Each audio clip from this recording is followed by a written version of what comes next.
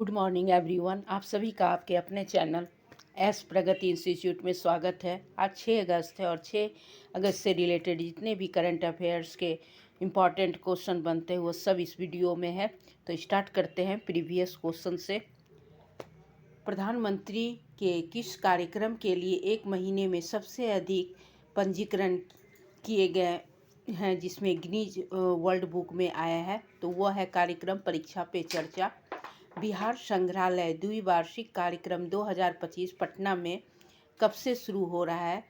तो बिहार संग्रहालय द्विवार्षिक कार्यक्रम पटना में 7 अगस्त से शुरू हो रहा है। यह बिहार संग्रहालय दिवस पे मनाया जाता है हर साल।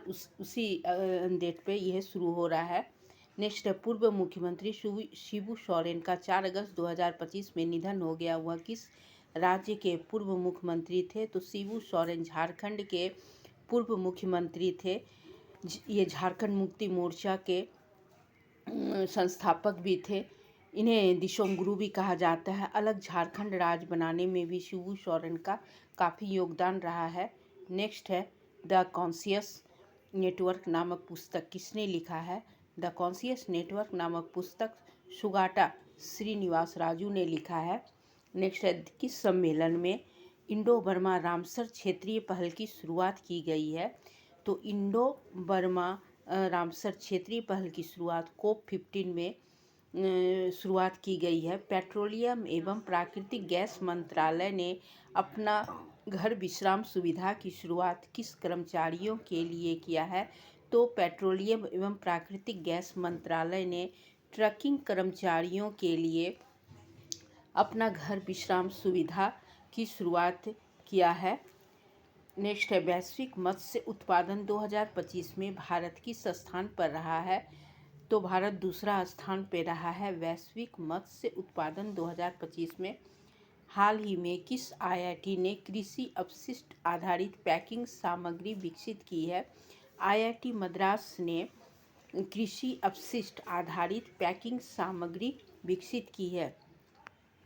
देखते हैं आज के करंट अफेयर से। फर्स्ट क्वेश्चन है, वर्ष 2027 में राष्ट्रमंडल युवा खेलों के 8वें चरण की मेजबानी कौन सा देश करेगा? तो 2007 में राष्ट्रमंडल युवा खेलों के 8वें चरण की मेजबानी माल्टा देश करेगा। माल्टा देश के बारे में डिटेल से देख लेते हैं। कॉमनवेल्थ स्पोर्ट्स की घोषणा की है माल्टा देश ने। माल्टा वर्ष 2027 के अंत में आयोजित होने वाली 8वें कॉमनवेल्थ यूथ गेम्स की मेजबानी करेगा। माल्टा दक्षिणी यूरोप का एक द्वीपीय देश है। इसकी स्थिति भूमध्य सागर में सिसिली जो कि इटली में है और उत्तरी अफ्रीका के बीच में है।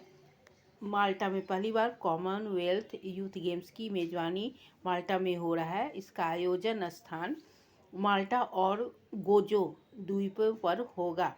इसमें प्रतिभागी एथलीटों का अनुमानित संख्या लगभग 1150 है। इनमें से प्रतिभागियों की आयु सीमा 14 से 18 वर्ष है। इसमें प्रतिस्पर्धा खेलों की कुल संख्या 8 है और प्रतिभागी देश 74 कॉमनवेल्थ देश हैं। नेक्स्ट है, और इसमें पहली बार इस खेल में शामिल होने जा रहा है नौकायान और water polo. Commonwealth youth games की शुरुआत वर्ष 2000 में एडिनबर्ग स्कॉटलैंड से हुई थी। नेक्स्ट क्वेश्चन है, वैश्विक प्लास्टिक संधि वार्ता किस देश में आयोजित होने जा रहा है? तो वैश्विक प्लास्टिक संधि वार्ता उरुग्वे देश में होने जा रहा है।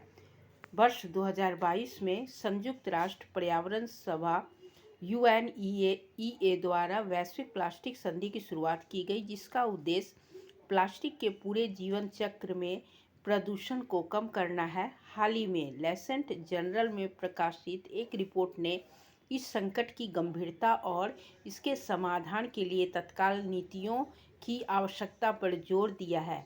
1950 से अब तक 10 अरब टन प्लास्टिक का उत्पादन हुआ है, जिसमें से 8 अरब टन कचरा पर्यावरण में मौजूद है। इसका प्रभाव स्वास्थ्य संबंधी परेशानियां जैसे फेफड़े, हृदयाघात, मस्तिष्क में पाए गए, जो फेफड़ों के रोग, स्ट्रोक और सूजन संबंधी रोगों से जुड़े हैं।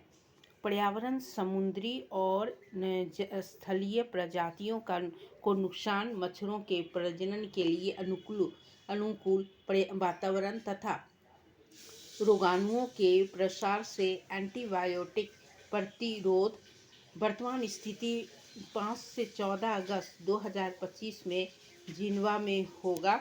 यह इस बार का उद्देश्य प्लास्टिक के जीवन चक्र के सभी चरणों में स्वास्थ्य प्रभावों को ट्रैक करना और नीति निर्माण के लिए स्वतंत्र डेटा प्रदान करना है। मार्च 2022 में 175 देशों ने इस संधि के लिए प्रस्ताव पारित किया था। INC नवंबर 2022 में यह उरुग्वे में प्रारंभिक हुआ था।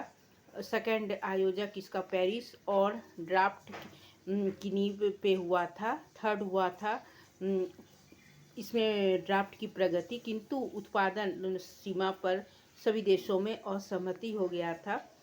फोर्थ हुआ था हानिकारक रसायनों पर चर्चा, किंतु उत्पादन कटौती पर कोई सहमति नहीं बन पाई।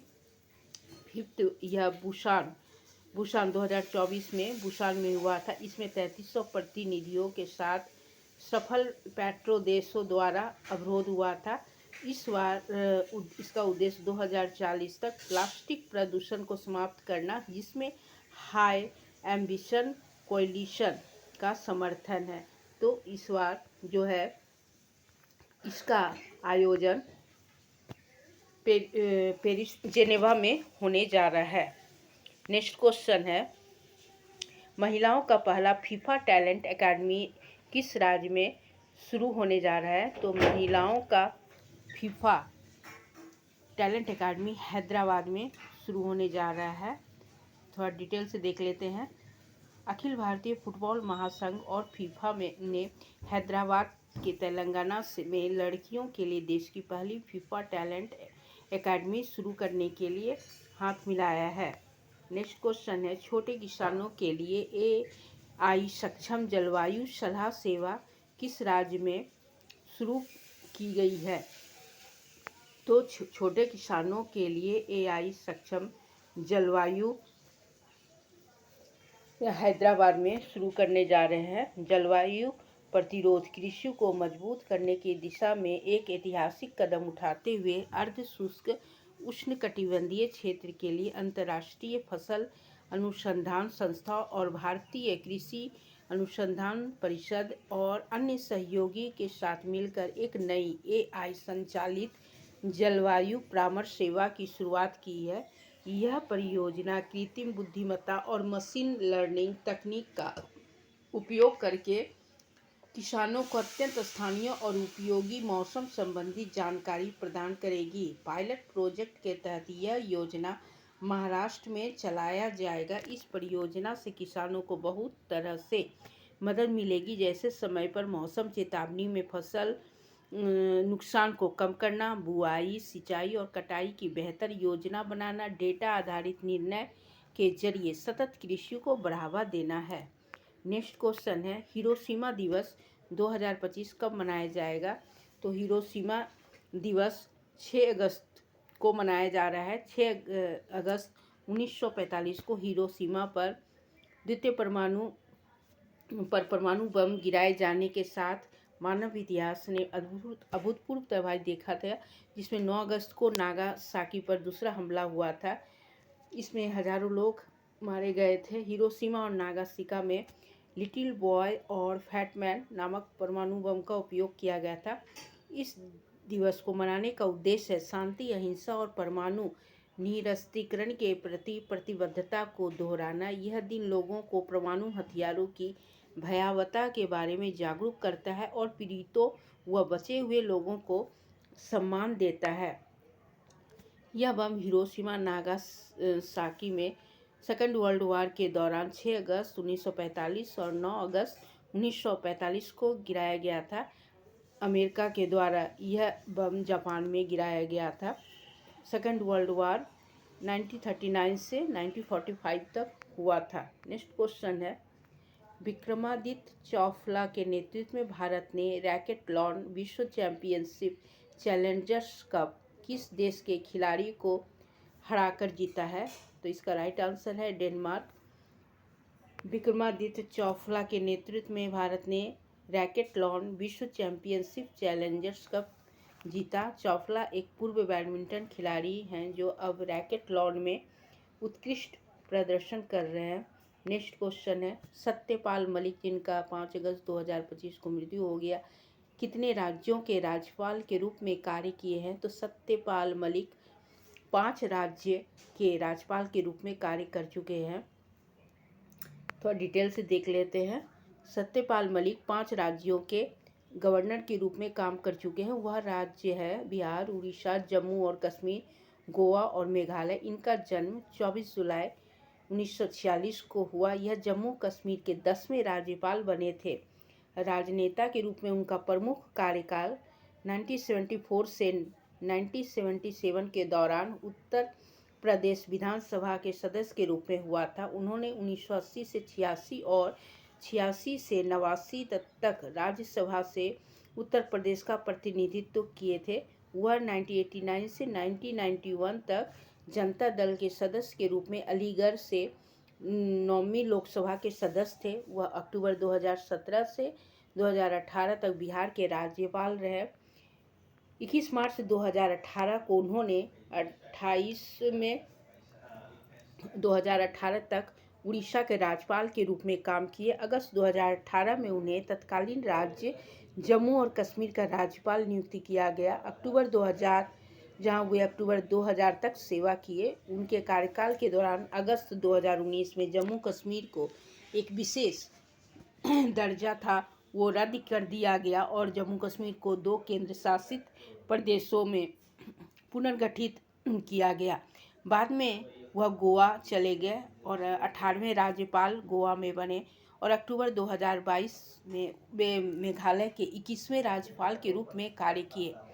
नेक्स्ट क्वेश्चन है, भारतीय तीरंदाज संघ ने देश की पहली फ्रेंचाइजी आधारित तीरंदाज लीग के शुभारंभ किस महीने में करने की घोषणा की है?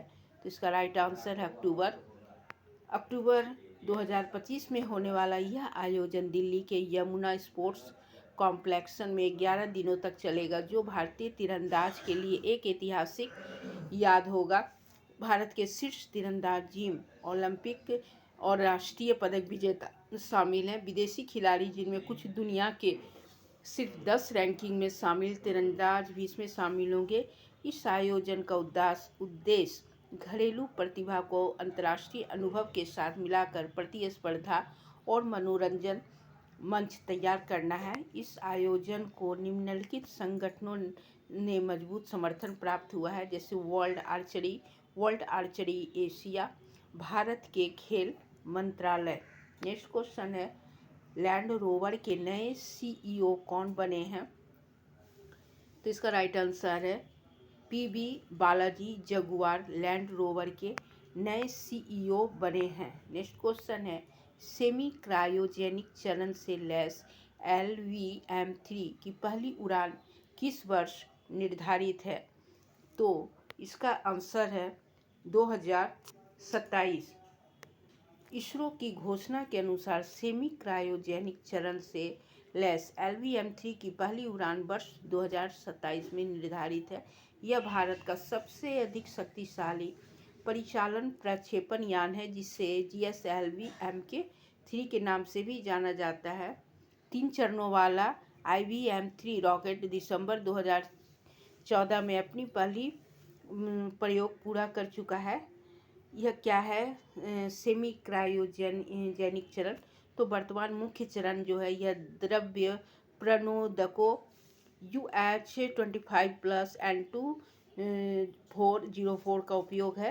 नया चरण केरोसिन और द्रव्य ऑक्सीजन का उपयोग करेगा, जो अधिक सुरक्षित, कुशल और पर्यावरण अनुकूल है। सेमी क्रायोजेनिक चरण और पहले से भी अधिक शक्तिशाली बनाने और लागत कम रखते हुए पेलोड क्षमता बढ़ाने और डिजाइन किया गया है।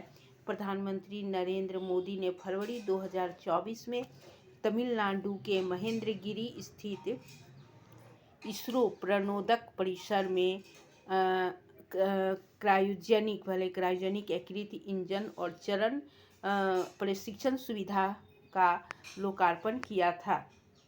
ये हमारा लास्ट क्वेश्चन था। अगर आपको हमारा चैनल अच्छा लगता है तो ज़रूर से लाइक और सब्सक्राइब करें। Thank you.